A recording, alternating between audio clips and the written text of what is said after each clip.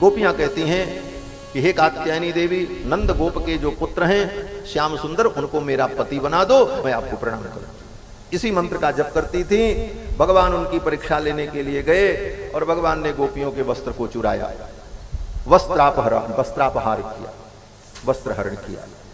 और बाद में गोपियां जब व्याकुल हो गईं तो भगवान ने उन्हें उपदेश किया कि देखो, सार्वजनिक स्थान पर इस प्रकार निर्वस्त्र होकर स्नान करना अधर्म है, वरुण देवता का अपराध है।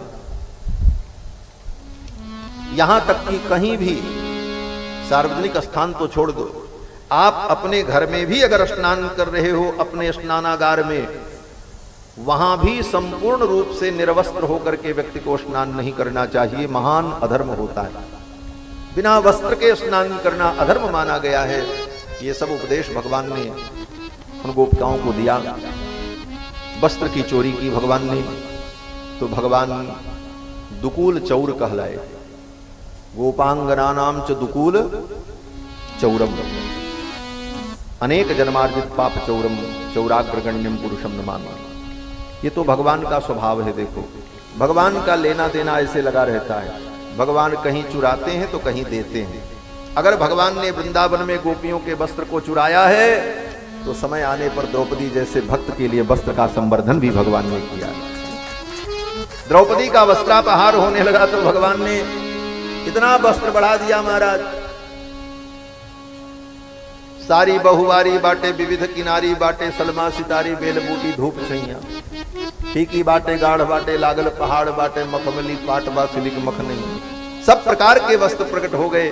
और वहां पर भक्त ने यही कल्पना की कि आज राधा होती तो पूछती, वृंदावन में आप कपड़ा चुराते थे और यहाँ इतना कपड़ा कहाँ से लाए? तो भगवान क्या उत्तर देते? रधवा जो हो तो आज आगे ठाड़ी हो जात, पूछ ले तो कान्हा ते पकड़ दोनों बहिया। दादाजी पूछती, श्याम सुंदर आप वहां कपड़ा चुराते थे और इतना कपड़ा आप कहां से लाए? तो इसका भगवान क्या उत्तर देते? भगवान यही उत्तर देते, इधर चुराते हैं उधर बढ़ाते हैं, यही तो हमारा काम है। भगवान बोलो वृंदावन बिहारी लाल की जय। भगवान ने गोपियों के वस्त्रापहार के माध्यम से जो लीला की है, इस लीला का बड़ा गंभीर रहस्य है, लेकिन समयाभाव के कारण हम सारी बातें नहीं कह सकते। केवल इतना ही समझो, इस चरित्र को लेकर के बहुत से लोग अनेक प्रकार की शंकाएं करते हैं। यहां तक कि जो लोग उन शंकाओं का उत्तर नहीं दे पाते अथवा उनके मस्तिष्क में इसका उत्तर स्वीकार्य नहीं होता, वे लोग सरासर इस प्रसंग को नकार देने का भी प्रयास करते हैं। और मैं नाम नहीं लूंगा। एक बार छत्तीसगढ़ में कोरबा में मैं कथा करने गया था और जहां मेरी कथा हो रही थी, जहां मैं कथा कर रहा था, वहीं से पास में एक भारत के बड़े सुप्रतिष्ठित महापुरुष कथा कर रहे थे, जो कि राम जन्मभूमि आंदोलन के बहुत बड़े पुरोधा भी रहे अपने काल में। उनकी कथा चल रही थी, अभी वो जीवित हैं। श्रद्धावश मैं उनकी कथा में वहां पहुंचा कि इतने बड़े महापुरुष हैं, एक दिन मैं भी चलूं उनका दर्शन करूं।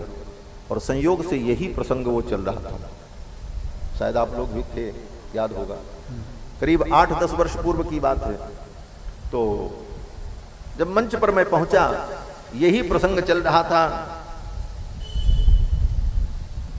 गोपियों के वस्त्र हरण का, चीर हरण का। इस प्रसंग को उठा करके उन्होंने थोड़ी सी बात कही, फिर उसके बाद उन्होंने एक ऐसी बात कही जो बात स्वीकार्य नहीं। उन्होंने कहा ये प्रसंग भागवत में है ही नहीं है, जबरदस्ती बाद में लोगों ने घुसेड़ दिया। अब बताओ, जब आपको इसका उत्तर नहीं मालूम, इसके रहस्य का बोध नहीं है, तो आप ये कह करके नहीं बच सकते कि ये प्रसंग भागवत का नहीं है और बाद में किसी ने डाल दिया। ऐसा कह करके आप अगर निकल जाएंगे तो कल को कोई विधर्मी दूसरी बात को कहेगा ये भी किसी ने मिला दिया है, फिर तीसरा कहेगा ये भी मिला दिया है, तो असली भागवत असली रामायण क्या है इसका निर्णय कौन कर पाएगा? फिर तो सारी बातों के ऊपर मिलावट के प्रश्न चिन्ह खड़े हो जाएंगे।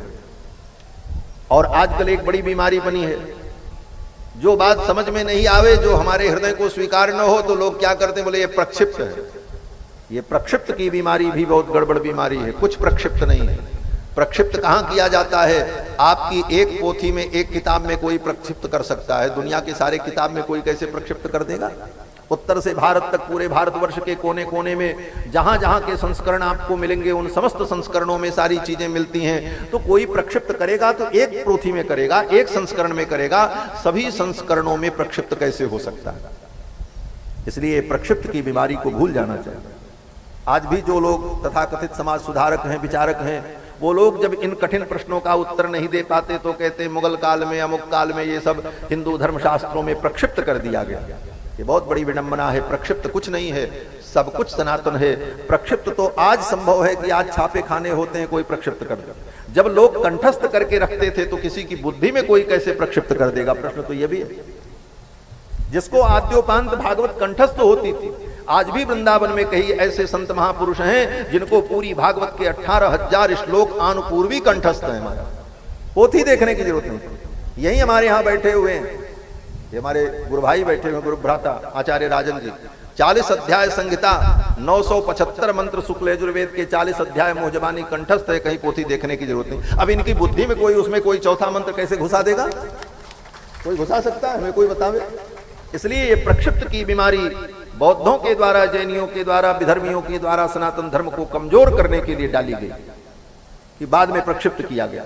तो हिंदू जनमानस उसको प्रक्षिप्त मान करके छोड़ेगा, तो कल उसको प्रक्षिप्त मान करके छोड़ेगा, फिर धीरे धीरे अपने ग्रंथों पर, अपने शास्त्रों पर, अपने महर्षियों की वाणी से उसका विश्वास डिग जाएगा। और परिणाम क्या होगा? हम उनका धर्म परिवर्तन करके सनातन धर्म को समूल समाप्त कर देंगे। ये बहुत बड़ा कुचक्र है। इसीलिए हमारे आचार्यों के प्रति, सनातन धर्म के जो महापुरुष हैं, उनके चरित्र को भी संदेह के घेरे में रखा गया। क्या? बोले वाल्मीकि जी चोर डाकू थे। ये खूब सुनने को मिलता है, वाल्मीकि जी चोर डाकू थे। क्यों? बोले आने वाली पीढ़ियां जब पढ़े कि वाल्मीकि जी चोर थे, बाद में वो महात्मा बन गए, तो ऐसे चोर की वाणी पर किसी को विश्वास नहीं होगा। लेकिन आप वाल्मीकि रामायण उठा करके पढ़ लेना, महर्षि वाल्मीकि ने स्वयं अपना जो जीवन वृत्त लिखा है, वाल्मीकि जी कहीं चोर और नहीं थे। प्राचेतसो हम दसमः, वो प्रचेता के 10वें पुत्र हैं, महर्षि परम ज्ञानी। वेद व्यास जी के विषय में कहा जाता है कि वेद व्यास जी महाराज अपने पिता के अनैतिक संतान हैं। ये सब इतिहास में पढ़ा देते हैं। क्यों? बोले ऐसा सुनकर के लोगों को वेद व्यास जी के ऊपर से विश्वास उठ जाए, तो वेद व्यास जी के 18 पुराणों में भी विश्वास लोगों का उठ जाए। इस प्रकार वाल्मीकि महर्षि को, वेद व्यास जी को, सूत जी को, उनके जीवन को संदेहास्पद करने का प्रयास किया लोगों ने। इन चीजों से हमें बचना चाहिए। प्रक्षिप्त की बीमारी से हमें दूर रहना चाहिए। सनातन शास्त्र अनादिकाल से परंपरा चले आए हैं और हमारी मेधा ऐसी थी, हमारे पूर्वजों ने इसे याद करके अपनी मस्तिष्क में सुरक्षित रखा। और आज भी ये सारे ग्रंथ, दुनिया के किसी भी धर्म में, किसी भी पंथ में इतने ग्रंथ नहीं होंगे जितना ग्रंथ, जितना ज्ञान भंडार सनातन धर्म के पास है। आज भी सनातन धर्म के पास जो ज्ञान विज्ञान है, वो दुनिया में किसी के पास नहीं। इसका अंश मात्र भी नहीं है।